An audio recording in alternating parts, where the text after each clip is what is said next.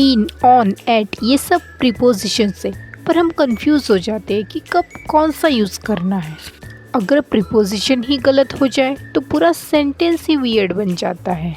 But आप tension मत लो, हम प्रीपोजिशन को इजी करके 3 पार्ट्स में डिवाइड करके पढ़ने वाले हैं। लोकेशन, टाइम और रिलेशन, इन 3 पार्ट्स में डिवाइड करके हर पार्ट में 5 बेसिक प्रीपोजिशन को समझने वाले हैं। So first part location preposition बताते हैं कि कोई चीज़ कहाँ है। इन का मतलब होता है अंदर, यानी कि किसी भी चीज़ के अंदर। जैसे कि I am in the room, यानी कि मैं रूम के अंदर हूँ। वैसे ही the fish is in the water, यानी फिश पानी के अंदर है।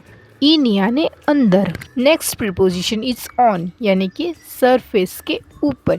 जैसे कि the book is on the table, यानी कि बुक टेबल के ऊपर है, यानी कि टेबल का जो सरफेस है उसके ऊपर है। वैसे ही the cat is on the chair, यानी कि कैट चेयर के ऊपर है। तो ऑन तब यूज़ किया जाता है जब कोई चीज़ किसी सरफेस के ऊपर होती है। Next preposition at, exact place को दर्शाने के लिए यूज़ किया जाता है। जैसे कि I M at the station, यानी कि मैं स्टेशन पे हूँ। स्टेशन एक एग्जैक्ट प्लेस है। She was at the cafe, वो कैफ़े पे थी। तो कैफ़े भी एक एग्जैक्ट प्लेस को दर्शा रहा है। नेक्स्ट है अंडर, अंडर यानी नीचे, यानी कि किसी भी चीज़ के नीचे होना। जैसे the dog is under the chair, यानी डॉग चेयर के नीचे है। वैसे ही I found dust under the sofa, यानी मुझे सोफ़े के नीचे धूल मिली। नेक्स्ट प्रीपोजिशन है बिटवीन, यानी कि दो चीज़ों के बीच कोई तीसरी चीज़ होना। जैसे I sat between my friends, मैं अपने दोस्तों के बीच बैठा, यानी दोनों साइड से दोस्त है और मैं बीच में बैठा। वैसे ही the ball is between the box, यानी बॉल दो बॉक्स के बीच में है। अब बात करते हैं टाइम वाइज प्रीपोजिशन की। ये हमें कब का आंसर देते हैं। जैसे कि इन यानी एक लॉन्ग पीरियड के लिए यूज़ किया जाता है। जैसे कि आई वॉज बॉर्न इन 2004, मैं 2004 में पैदा हुई थी। अब यहाँ पे 2004 यानी पूरा एक लॉन्ग पीरियड है 1 ईयर का। वैसे ही वी ट्रैवल इन समर, यानी कि हम समर में ट्रैवल करते हैं। तो यह समर यानी पूरा एक समर का सीज़न, एक लॉन्ग पीरियड दिखाता है। सो इन हम लॉन्ग पीरियड के लिए यूज़ करते हैं। नेक्स्ट है ऑन, ये डेज और डेट्स को दिखाने के लिए यूज़ किया जाता है। जैसे द इवेंट इज़ ऑन 10 जून, यानी 10 जून को इवेंट है। यहाँ पे 10 जून एक डेट है और उसको दिखाने के लिए ऑन का यूज़ किया है। वैसे ही I got gifts on my birthday, मेरे बर्थडे पे मुझे गिफ्ट्स मिले। और डेज में ऑन का use on Monday, on Saturday ऐसा भी किया जाता है। नेक्स्ट हमारा एट, एग्जैक्ट टाइम के लिए यूज़ किया जाता है। जैसे कि आई वोक अप एट 5 AM, मतलब मैं सुबह 5 बजे उठी। और यहाँ 5 AM एक एग्जैक्ट टाइम है। वैसे ही I reach home at midnight, यानी मैं घर पे मिडनाइट को पहुँची। तो मिडनाइट ये भी एक एग्जैक्ट टाइम है, इसलिए एट का यूज़ किया गया है। नेक्स्ट प्रीपोजिशन है बिफोर, यानी कि के पहले होता है।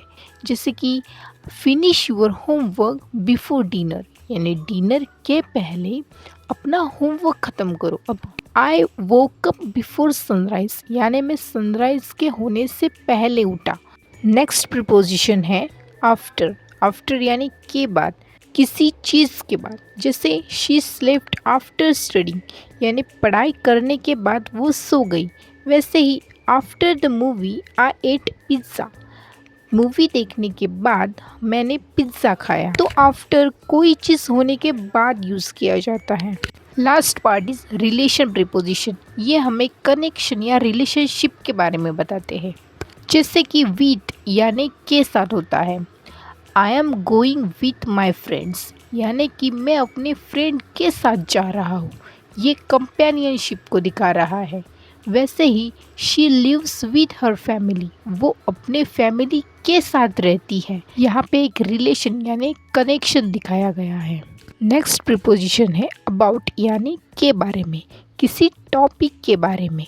जैसे कि वी टॉक अबाउट म्यूज़िक यानी हमने म्यूज़िक के बारे में बात की।